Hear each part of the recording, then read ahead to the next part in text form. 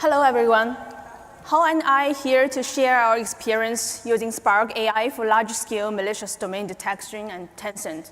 By the way, if you don't know Tencent, Tencent is one of the largest companies in China. It is the top gaming company in the world. So about speakers, Hao received a master's degree in computer science from Harbin Institute of Technology. His research interest is in NLP, deep learning, and large-scale machine learning. He currently works as applied research scientist at Tencent Security team. And Tim, myself, received PhD in CS from University of Florida with research focused on computer vision and machine learning. And previously, I worked as senior machine learning engineer and data science manager at Uber on risk management. I currently serve as Director of Applied Machine Learning at Tencent Java Lab. And this team is a horizontal team in Tencent, helps to apply big data and machine learning techniques in solving high-impact business problems. So is there anyone of you has security background here? OK, great. And I think this majority of you guys don't have security background. Probably I should give a brief introduction about DDoS attacks and APT attacks and at the very beginning. So, and also I will mention a little bit about the crypto mining malware, which has become gained a lot of attention in 2018.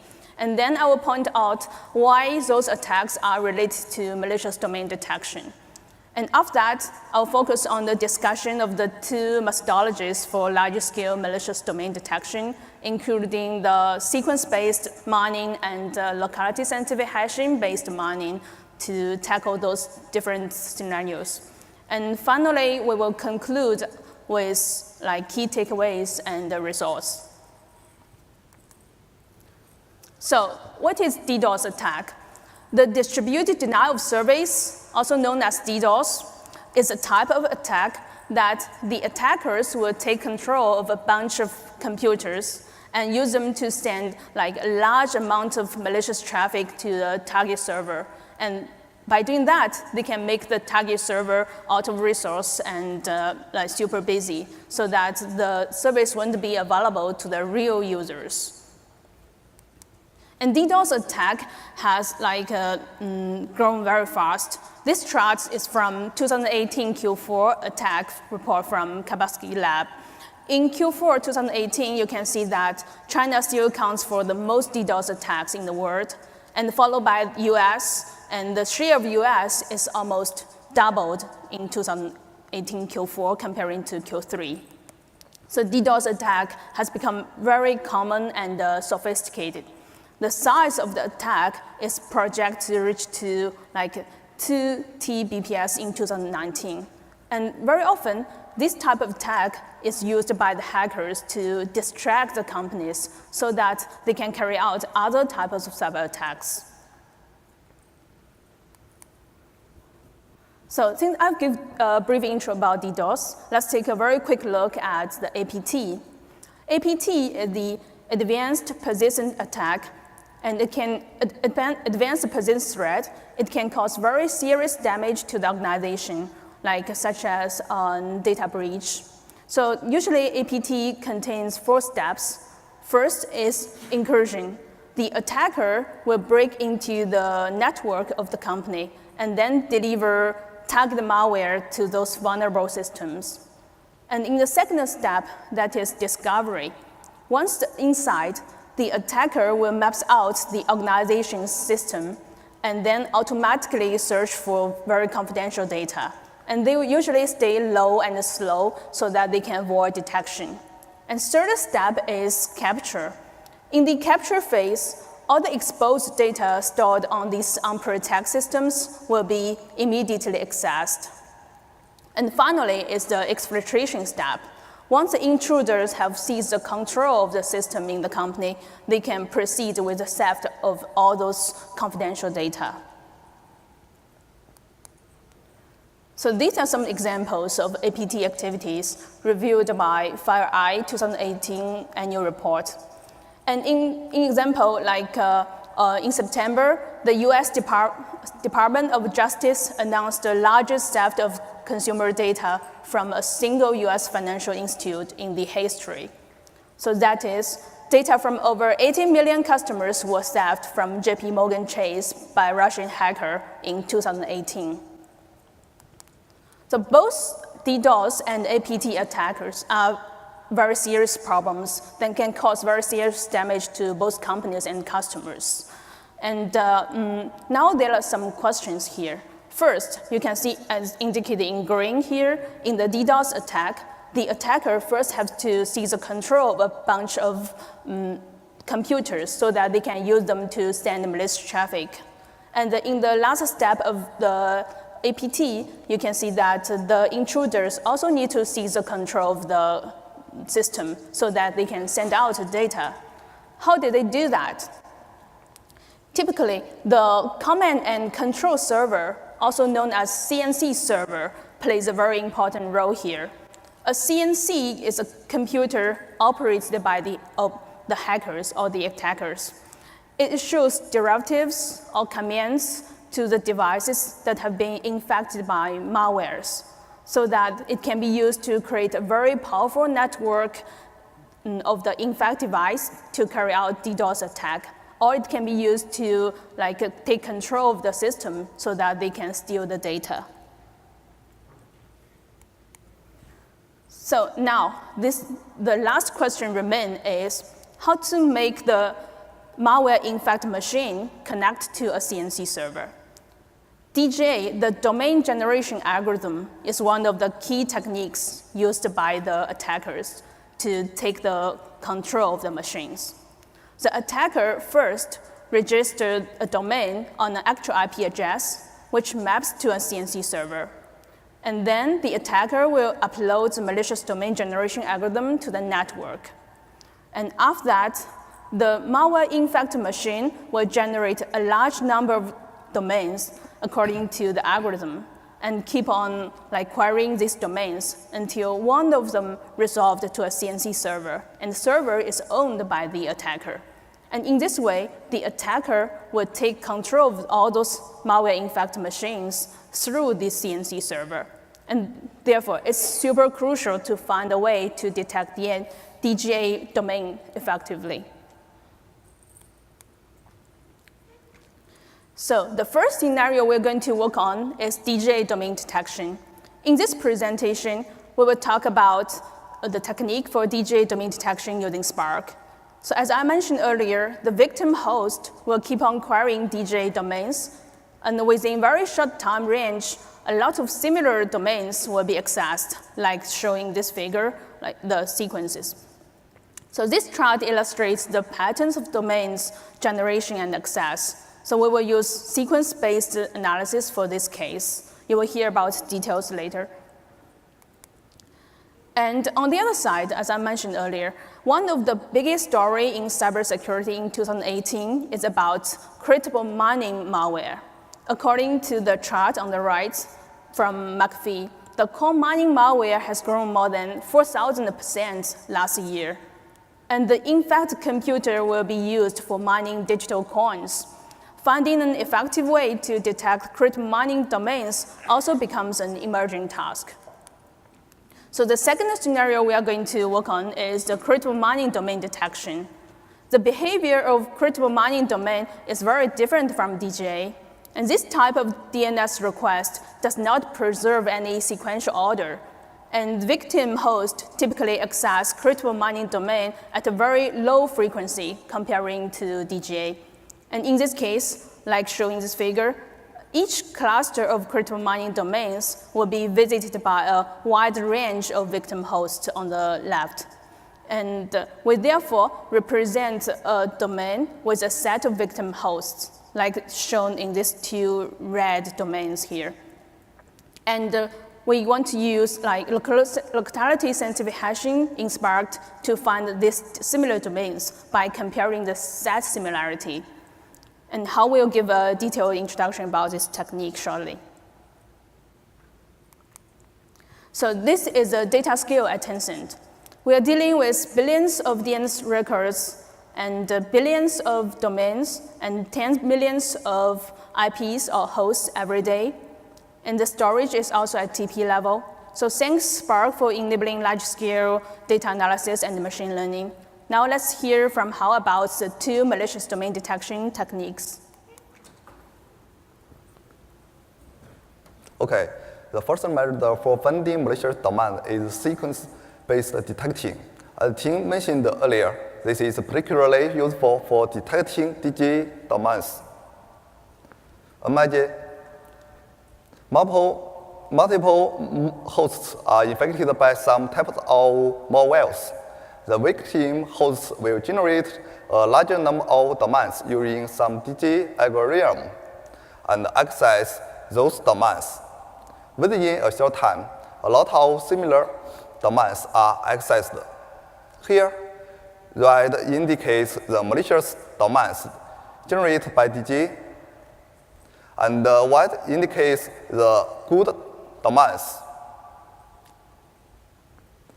The group of victim hosts usually have similar behavior, that is, sending sequences of DGA domains. We can borrow the idea from NLP. Each domain sequence here is like a sentence, and each domain is similar to a word in a sentence. And a bunch of sequences is analogy to a document. We thus formulate the problem finding the embedding of domains as solving word-to-vec problem. A victim host will generate and access a large number of DGA domains. The picture shows a single domains visited by the victim host at time sequential order. In this picture, there are 3 examples. Majority of domains in this sequence are malicious domains in red. We assume that nearby domains in the sequence will have similar patterns, hence are closer in the embedding space. For each domain in a sequence, we pick a window in the neighborhood of the domain. For example, domain I subtract 2, domain I subtract 1, and domain I plus 1, I plus 2 are in the neighborhood of domain I. The key idea is to estimate the embedding of domain I using domain in its neighborhood. We use the documents of domains as our training corpus. CBOW, continuous spec of words measured, is used for training to obtain the embedding space of domains. The framework of CBOW is shown on the right. You can see it. Let's assume each domain will be represented using an n-dimensional vector. N is hyperparameter here. The input layer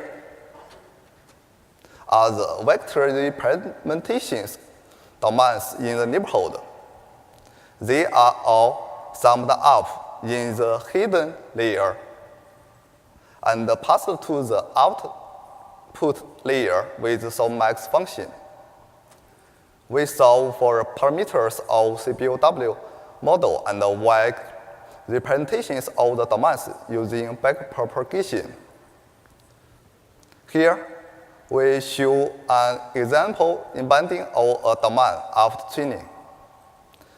The domains ukmbkc.com is turned into a 100-dimensional vector representation.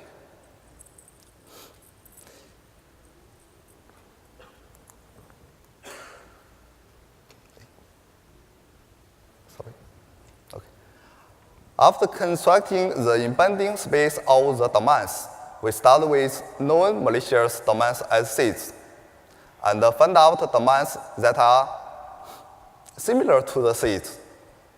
In this picture, there are 3 domains. These 3 domains are seeds. Cosine similarity is used as the similarity measure.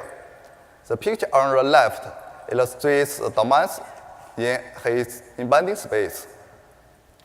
Starting with a known domain from a certain DGA family, we can easily detect a cluster of similar domains.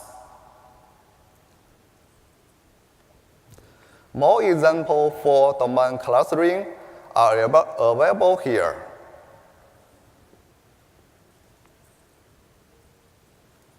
These are 3 examples.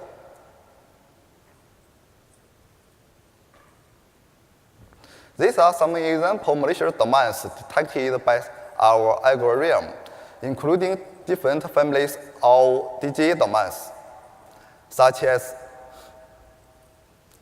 various domains, name domains, configure domains. This is the implementation framework of sequence-based detection. In this use case, millions of DNS queries are generated every day. For each host, we use Spark to generate DNS request domain sequences. This part is the picture. And use Domain2Vec to estimate the embedding of domains. We then estimate the cosine similarity between the embedding of candidate domains and the embedding of known malicious domains. The most similar domains in the embedding space are discovered as the potential malicious domains. Okay, this slide shows the key function used in the implementation. Input RDD is the raw data containing key-value pairs, with key being the host and y being the DNS query. Come by key function is used to merge all the DNS queries with the same host, and the result is sorted according to time sequential order. After that, we turn a domain into a word, a sequence of domain into a sentence, and the whole dataset into a document. We then use word-to-vec function to generate the embedding of the domains. Finally, find the synonyms function, this function is used to find the most similar domains given a seed.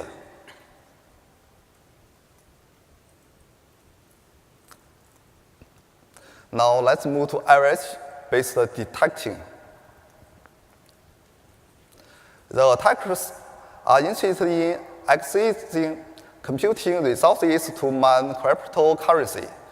The malware-infected computers are used to deploy mining software and direct to attacker-controlled crypto mining domains. This type of DNS request does not preserve sequential order. It's relatively random and at lower frequency, comparing to the previous use case. Since each crypto mining domain cluster is visited by a wide range of different hosts, we start with maintaining a set of hosts for each domain.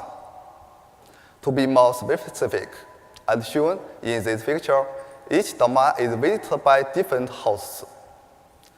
We assume that hosts infected by the same malware may access similar crypto mining domains. Therefore, we represent each domain by a set of hosts. For example, the first malicious domain is represented by the set of IP0, IP1, IP2, IP3, and the second one is represented by the set of IP1, IP2, IP3, IP4. Jaccard distance is commonly used to measure the similarity of two sites. In this example, the similarity between domain1 and domain2 is calculated as the set intersection or set union, which is 3 out of 5.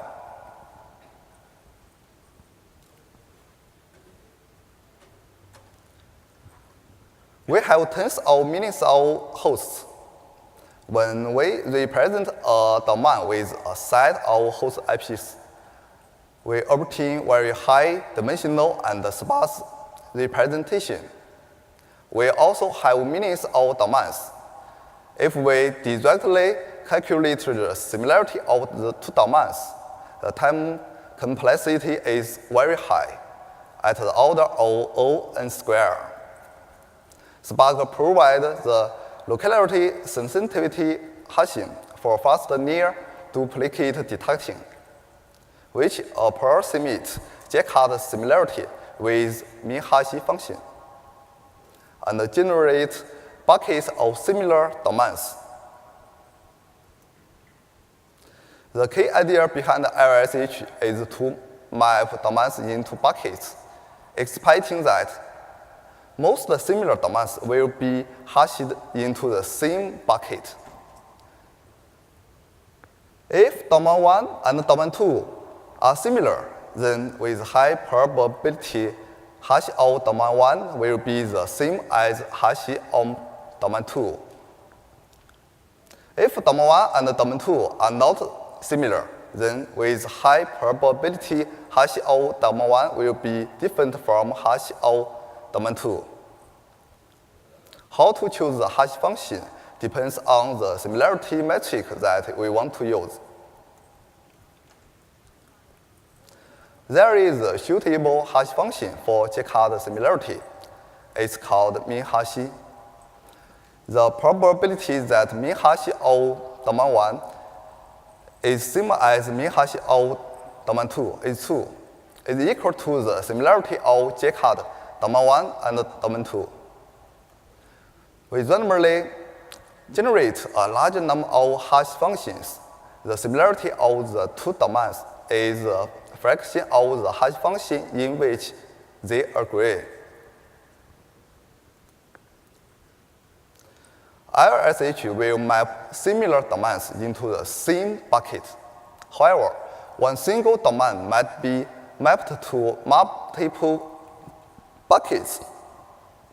As shown in this figure, we can see this domain.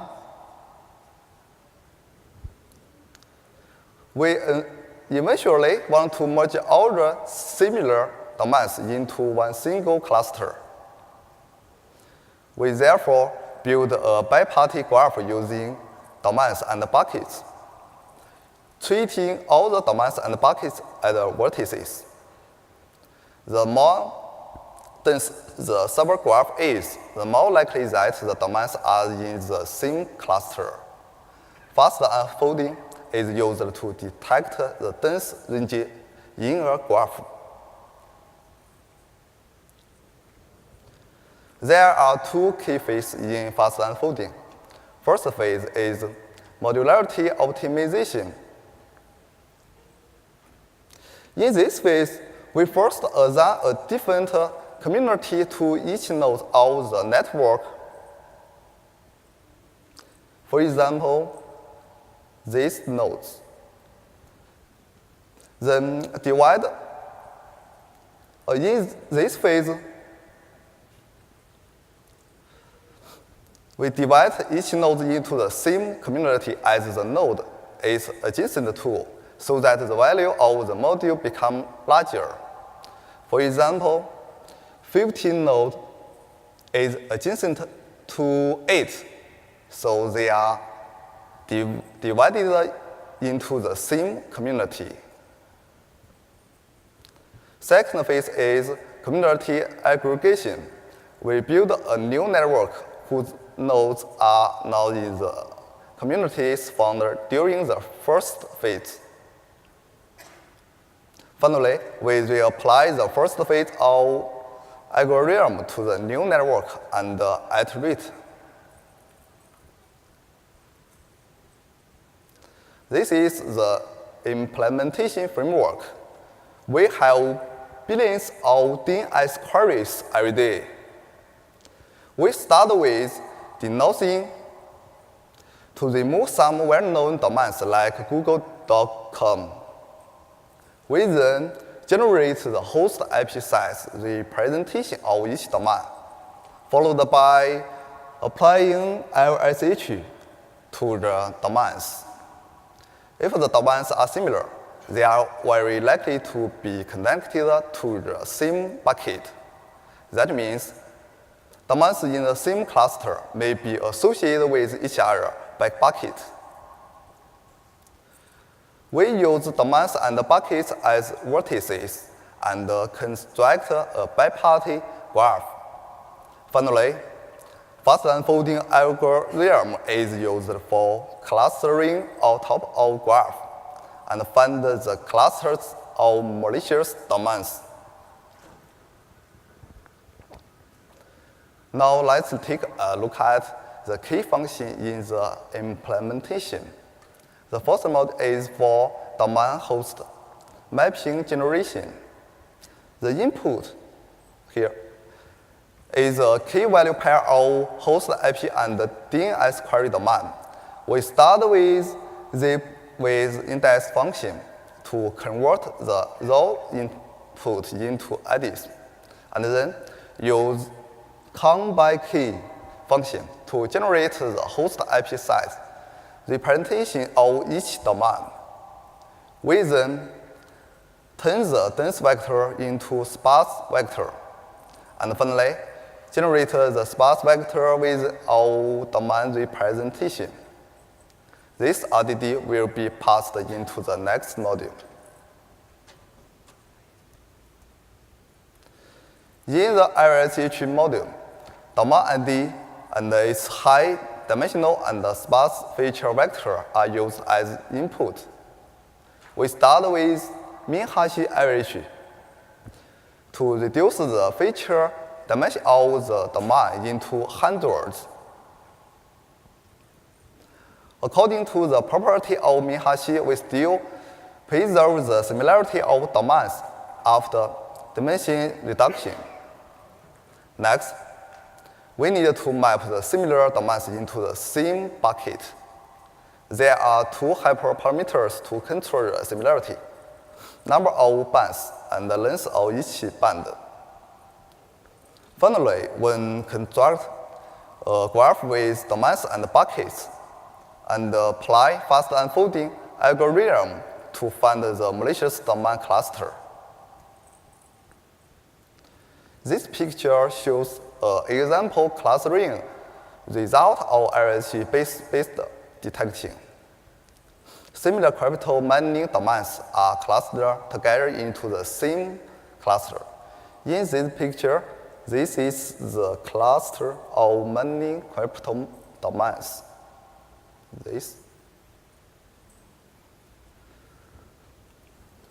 Okay, to summarize, we leverage Spark AI for large-scale DNS data analysis and discover hundreds and thousands of malicious domains for DGA and cryptocurrency mining each day at very high precision. We discussed two topics. First is sequence-based mining for DGA domain detection. We basically formulate the problem into Domain2Vec and use some similarity to find out the clusters. And second is the LSH-based detection for crypto mining domains. And what we did is to represent each domain with a set of IPs or hosts that have visited that domain, and use LSH to find out the set similarity. And finally, using FastUnfolding to find out the clusters. So malicious domain detection is only one example of the threat perception techniques in Tencent Security Brain projects. And the Tencent Security Brain projects has multiple components like identification, investigation, prediction, decisioning, and orchestration. The malicious domain detection is part of the identification phase.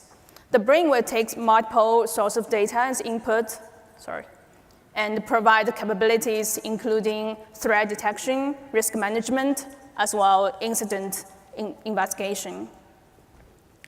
Okay, finally, thanks for all the support from Tencent Security team from all perspectives, including data analysis, engineering, and project management. Okay, thank you. Any questions?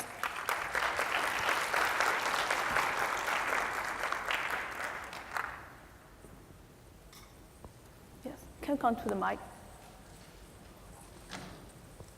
Yeah, thanks for the talk. I have one question about the training data that you use to train your embedding. So how did you get your training data? Is that from real traffic or it's generated by some of your own? Yeah, because both of these two techniques are unsupervised learning. Right. So we use the training data from real traffic. Okay. Yeah. And another question is, how do you evaluate the false positive of your detection? Like, yeah, I think that's a good question. In real practice, we basically also have a rule engine. So what we got is actually a larger set, and we also apply some rules to make sure the precision is better. Yeah. Okay, cool, thanks. Thank you.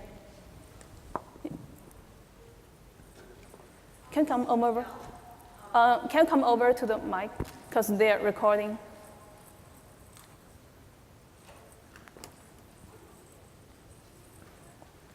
How did you service the model? Use streaming or mini batching? This one is just the batch analysis. Yeah. Okay, and do you experience any computing limit or stress on your clusters? You mean stress testing the cluster? Yeah.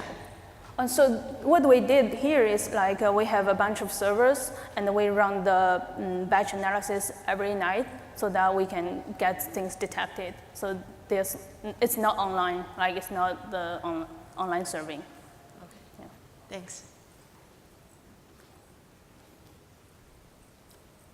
Okay. Oh, one more. Have you done online training for this? Yeah, online training. No. This one is mainly unsupervised. So the first case is like we have, because it's starting from the seed, so that we can find similar domains to the seed, right? So seed is found. Seeds are found by other rules or like expert operationers. And then, so there's nothing like a training phase in this one. Okay. Yeah. But the embedding can be trained online, I think. Oh, yes. Yeah, you got it. Yeah. Yes. And another question, how do you evaluate your model? What metrics or anything? That's a very good one. In security domain, usually like we don't have a lot of ground truth, and maybe if the system is too good, we even don't have any attacks. So to evaluate this, one way is to have some sandbox running so that we can generate some data ourselves to test it. Another way is just after we deploy that and combining by rules, we have things detected and we manually review them by the operators. Okay, thanks. Thank you. Interesting presentation. I was just wondering your experiences with the use of Spark's Word2Vec. That's a new API. How's it been in your production system? Your experience? You mean the Spark Word2Vec API? Yeah. I think which version of Spark are we using? That's a new API. Yes. Yeah. Which version was Spark? 2.4. 2. Do you remember? Sorry, I don't remember. I don't remember. Sorry. We can take it offline. Yeah, no worries. And the second thing, the assumption though, that in the sequence-based thing is that there's kind of like the algorithms that these malware are using is kind of like a language in of itself, is how it's like searching across these domains, correct? You mean you're talking about the first one, second one? The first one, yeah. The first one, yeah. So we have a sequence of domains. Yep. Then we just take it as a corpus and throw it into a Word2Vec. Yeah. You're right, but that sequence of domains is effectively, it's kind of like the language of the algorithm as it's searching across different domains. Is that kind of effectively the? I didn't get it. As these sequence of domains that are originating from like a specific IP, right? That's on, like, the host? Yes. So we have a lot of IP hosts, right? Right. And each host generates a sequence of domain, and this is like a sentence. We just put them together, make a document, then throw it into Word2Vec. Right. That's the process. Yeah. Okay. Thanks. Yeah, so interesting presentation. So right now, many firewall has a similar function, prevent DDoS traffic, C2 traffic at real time. So I'm wondering at which layer do you implement your this framework? Do you like get all the traffic log, then store in a data lake, then run the batch detection? Or Oh, your question is about which data log are we working on? yeah, what kind of data log? I assume it's traffic log. And is this a framework run at the back end after you got all the traffic log from the firewall? Right. I think this is a great question. So actually in Tencent, we have a lot of product on security. Like they deploy the product to the companies so that they can, it's like a firewall, they can monitor the traffic from the inside to outside. And that was the traffic log we are looking at. It's like part of the product. Okay, from the inside to outside, yes. Okay, thank you.